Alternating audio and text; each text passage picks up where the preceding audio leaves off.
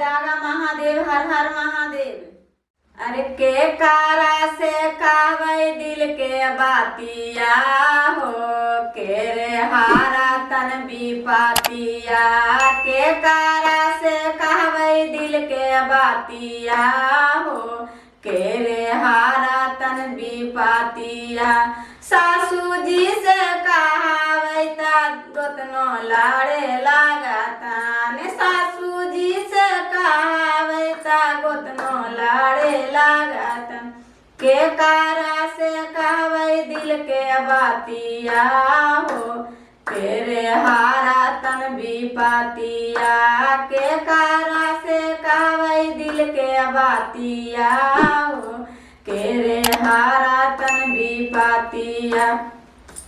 गोतानो से कहावै ताना मारे लागतान। गोतानो से कहावै ताना मारे लागतान। के कारा से कहवै दिल के बातिया हो, केरे हारा तन विपातिया।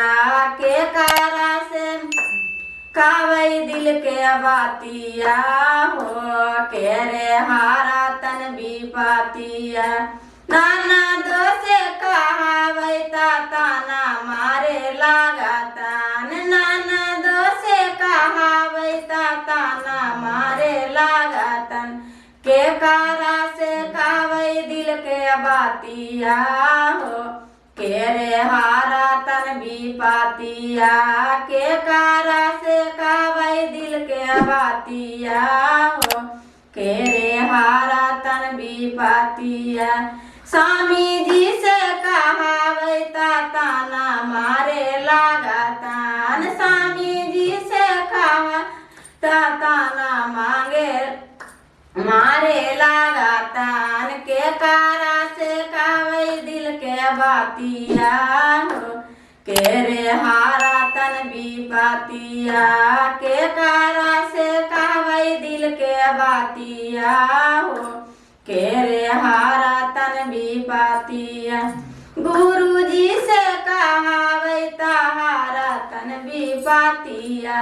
शिवा गुरु से कहावै हारा तन विपातिया।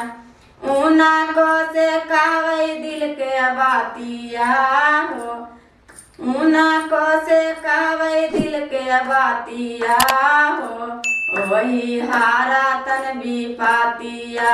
शिवा गुरु से कहवै दिल के बातिया हो, वही हारा तन विपातिया।